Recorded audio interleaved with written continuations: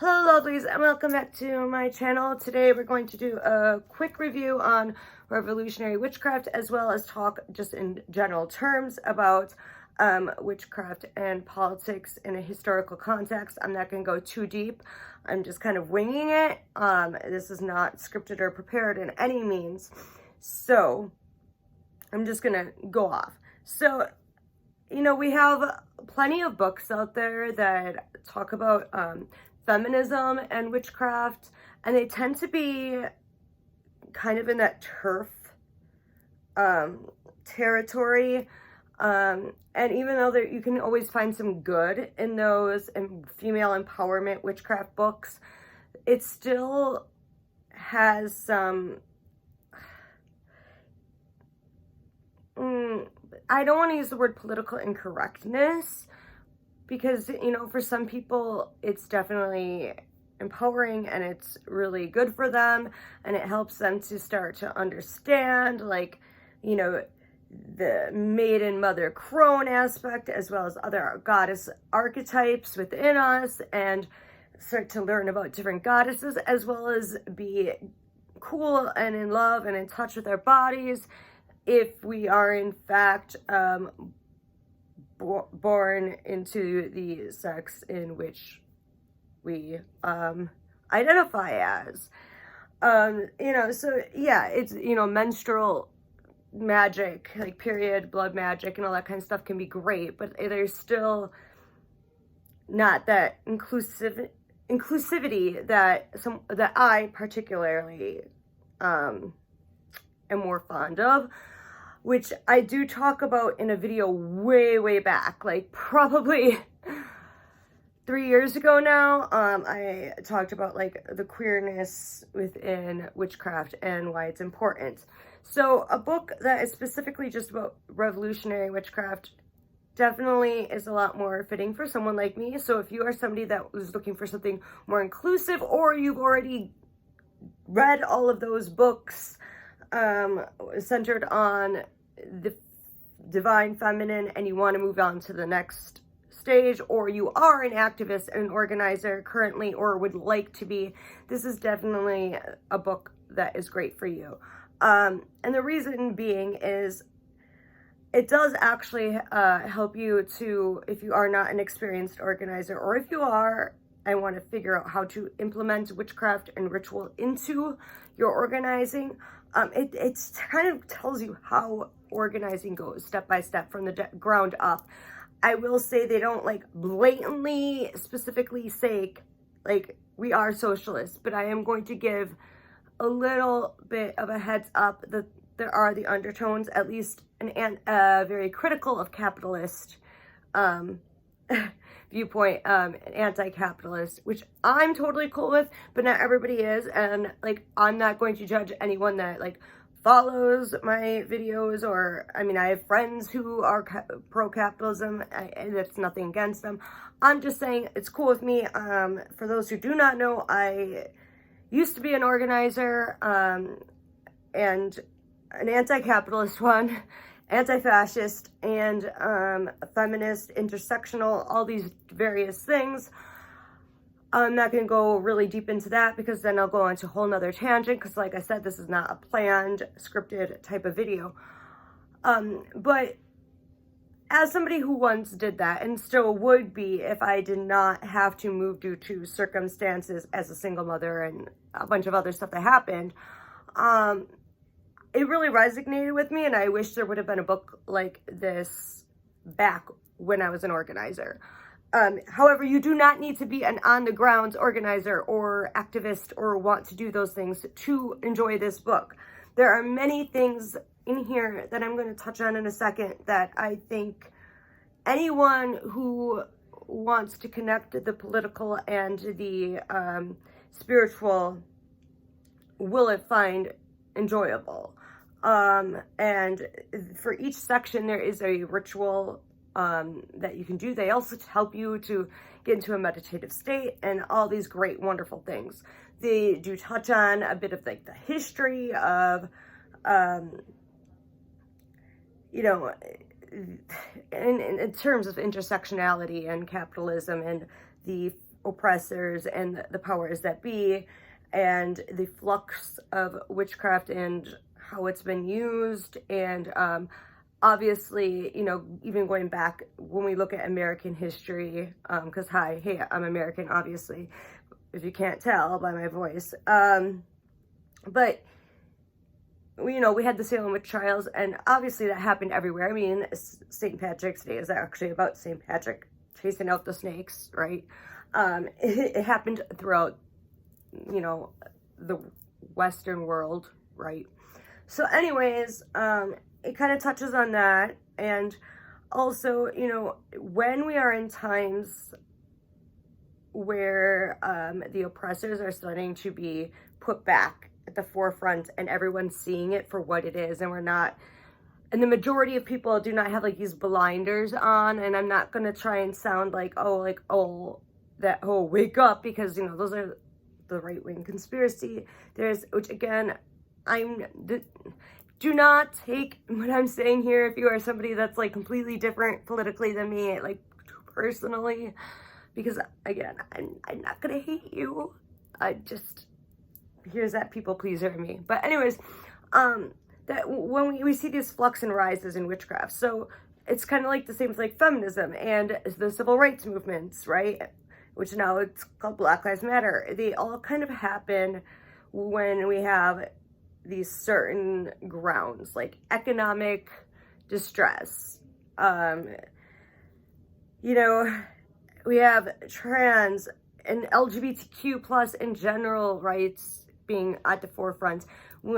It's being televised and recorded, the deaths of Black folks by police. You know, we're currently in the midst of a pandemic, which somehow became a political thing when it really shouldn't be, because it's just common sense and science that if you want to stop a virus, you know, probably follow some guidelines. It's not Democrat or Republican, and I'm neither. So, but what I'm trying to get at is, you know, there's this big polarization. And so out of that comes people looking for ways to find ways to empower themselves. And for some people, it comes in the form of witchcraft. And that is why we see so many of those books that I say can kind of be on that boundary of turf. There are some great feminist witchcraft books out there that try not to. But you know what I mean? Like, it's because we are at another one of those pivotal moments where all these social issues as well as economic issues and everything is just kind of getting thrown in everybody's face. Things that people like myself and others already are fully aware of, which is actually one thing I wanted to talk about specifically about this book and with myself. And that's, they talk about your initiation. And they talk about it in a sense of like, you know, waking up not just to like your craft and your power, but to the world around you. And my specific moment was in 2000. I was 13.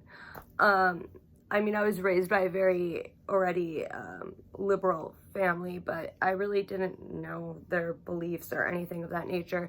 And I had just gotten out of Catholic school and transferred out. But I didn't know like that my mother did not practice Catholicism. It was just what our family did. Anyways, so, you know, given that as it may be, all right. So the 2000 election actually is what did it. So, you know, I knew my family was like liberal, but I didn't like know to what extent, as I do now. And at the time, I remember only having like some basic understanding about politics. I knew where I stood in certain things. And even though I was like in Catholic school from preschool until 6th grade, I was still like pro-choice. I still had my own beliefs. I always questioned a lot of things all the time.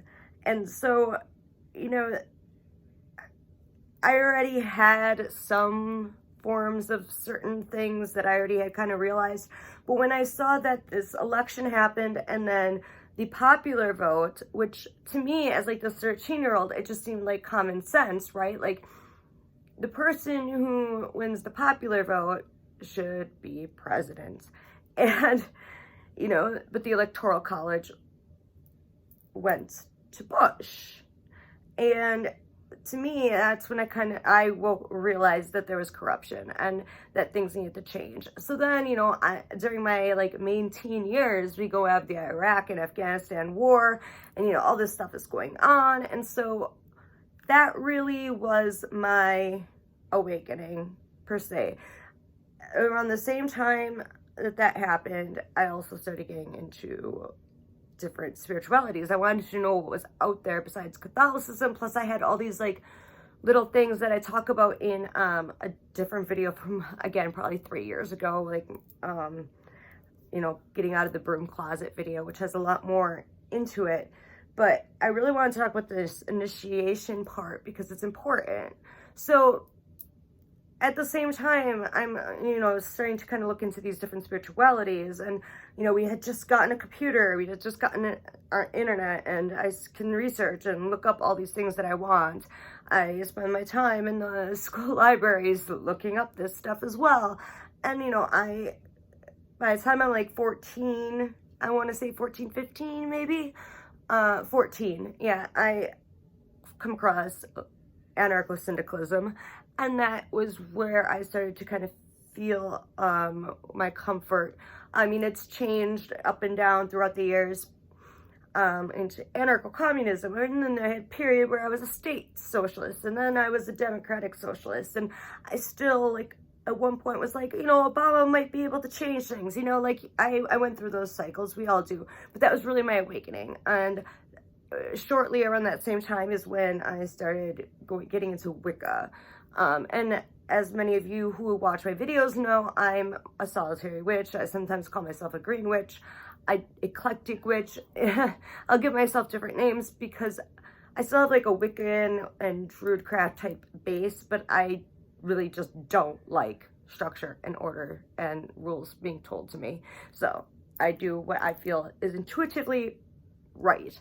And so, you know, this book really got me thinking about, like, okay, when was my initiation? What was it that made me wake up? And it really was that election. And then I think 9/11 really continued that. And maybe not 9/11 itself, but the events that that occurred afterwards. You know, this book is really good too because it's you know, we talk a lot in the political realms. You know, my undergrad was women's studies and history, and in those, you know, degrees, you talk a lot about like the personal is political, and you hear about that a lot in politics, especially in leftist politics, that the personal is political. And this talks about like power is political, magic is power, so magic is political, and there are so many good things out of this book, and it's a small book. You know, it's only got like 150 so pages, and, you know, it's short, so it's a quick read, but, you know, they have you connect to your ancestors. They have you like, you know, look at different pathways to your power, how you can use it to change the world in any capacity you can. You know, and with Black Lives Matter last year, I know there was within the witch and new age communities, there'd sometimes be arguments, but overall, like, people would be like, let's do a vigil where everybody does this candle spell at the same time, and we'll try and, you know, whatever. You know, and it talks about the history, like I said. Like, I don't want to go too deep into the history. Like I said, every time we see this flux where it's becoming more obvious and people are starting to be out in the streets more, people are fighting more, we're having a lot of distress, we also see a rise in these identity movements such as like feminism, and within the LGBTQ plus, I just call it the queer community. I mean, I'm in it, but like everybody doesn't like that. Not everybody likes that term. You know, Black Lives Matter, or what would have been civil rights in the past. We start seeing all this type of stuff. Labor fights, unionizing, you know, all that starts to really come up. And at the same time is also when witchcraft and spirituality and new age and all these type of metaphysical beliefs really start to come up to the forefront too. And when we think of just women and people in poverty, because it wasn't just women during the witch trials, it was also just, you know, peasants as well, and men who would speak on behalf of these women that would get executed. So yeah, it's a continual thing. Like I said, I have nothing prepared for this. I just decided I'm just going to wing it and talk about it. And I just really think it's something everybody should at least give a read, even if it's not something you're into. It tells you cleansing rituals. It talks about crystals and capitalism, because I know that's like another thing that people will talk about, is that, you know, witchcraft can be expensive, but it doesn't have to be. Like, you don't need to spend a ton of money on things that you need for, you know, your craft. You know, everything has, in a capitalistic society, becomes a commodity that can be bought and sold. I mean, the most sold and bought image is Che Guevara, which, if you know anything about Che Guevara, that makes absolutely no sense, but it is. I don't know if it still is, but it was when I was still an organizer. And then, you know, the anarchy symbol is like bought and sold everywhere. So I just think this is, I know I'm rambly and I'm like really not well put together right now, but I do think that this is a great book.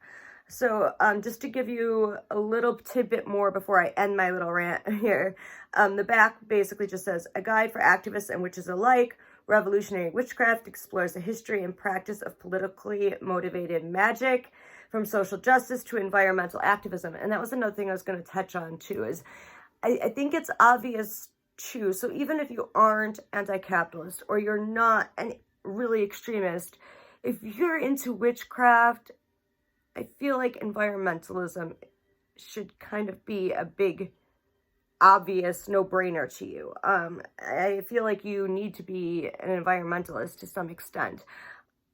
And to be a denier of global warming or climate change as somebody that is a witch or even a new age or any type of, you know, earth-based spirituality, it just seems, sorry, I'm adjusting. It just seems kind of counterintuitive if you're working with the earth, but then you don't want to fight for the earth.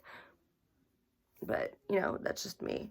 And then it says, this radical reimaging of civic engagement addresses today's most pressing problems with empowering, inclusive spell work. And that's what I like about it. Again, inclusive. It's being inclusive. And that's the thing, too, is like, personally, no offense to, well, I mean, why even say that? If your feminism's not inclusive, it's not feminism. It's really not, and it's not my feminism. You can't say you want gender equality and then, you know, exclude gender, and to deny someone else's struggle just because you may not have been through it or understand it is absolutely ridiculous. Because at the end of the day, whether we're talking about somebody that's trans or we're talking about somebody that is a black man, you know, that every day has to risk their life out in the street if they have to deal with the police or don't want to call the police because of that, and you're a white feminist, especially upper class, like I mean, I'm not, even though I have my master's degree, my student loan debt has kept me in poverty. I'm below the poverty line at the moment. So, I mean, just to give you an idea, like, you know, there are things that different oppressions affect us differently, but we have the same oppressor. So everything should be inclusive, including your magic. Classic rituals from creating charged symbols. So they do talk about how to create your own sigils, which I find really great too, because a lot of these like beginner type witchcraft books, or ones that kind of have like a political basis or just empowerment basis, don't tend to talk about sigils for some reason. Calling on ancestors, again, I don't know why a lot of these type of beginner, or not, I wouldn't really call this a beginner, but you know, these guide books, these quick books don't talk about that kind of stuff, because I feel like ancestral magic is very important. And then it says, are paired with core organizing tactics like engaging in protests and rallying allies in his blueprint for building an ideologically grounded magical praxis. With actionable ideas and an appendix full of customizable rites, Revolutionary Witchcraft is the perfect companion for the mystical uprising. So I feel like that's all I really need to say. And then I just say, like, I really like this book because, but I'm going to just ramble because that's what I do, especially when I haven't made a video in about a month. I get a little rambly, so, you know, sorry for the long video again. I haven't done a really long one in a while. But that also means that I'm doing it much better when I start getting rambly. But, you know, that last, the mystical uprising, it's funny too, because like with my little small business, side business I have, the lilytheapothecary, like I say, welcome to the magical revolution. And I know it might push some people away, but you know what, at this point, I don't care. And I kind of put off doing this video too, and that's why I didn't prepare it. I just decided today, like, hey, I haven't made a video in a while. I'm going to make a video, and God damn it, I'm going to talk about this book that everyone should freaking read, and I don't care how it really makes me look, or if it makes people, I love my small community of subscribers, but at this point in my life, if you don't dig this, then I'm sorry, because I don't know where my channel's headed. It's gonna still have pagan stuff. It's still gonna have a lot of kind of stuff.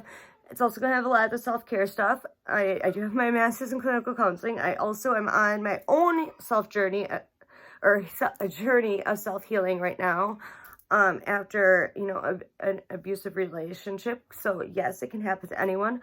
And I just don't really care. You know, I'm 33 now. I don't care. If me saying people should check out this book and telling you my initiation story into both witchcraft and the political world, then so be it. And with that, the next video will be much more structured. If it is just on pagan, or I might decide to do something just on my self-love journey. So we shall see. Like I said, this is kind of a pivotal change, or pivotal moment, rather, in my little small channel. But if this sounds something like you'd be interested in, even with all my rambling, then please check it out. I am sleep deprived and on a lot of caffeine. So let's say that's the reason for the rambling. I mean, it is, but you know. Also, if you want, check out my shop. These right now, in US only until, I think it's March 2nd. Yeah, March 2nd or March 3rd, is free shipping. So check that out, and catch you next time. Love you. I'm blessed, babe.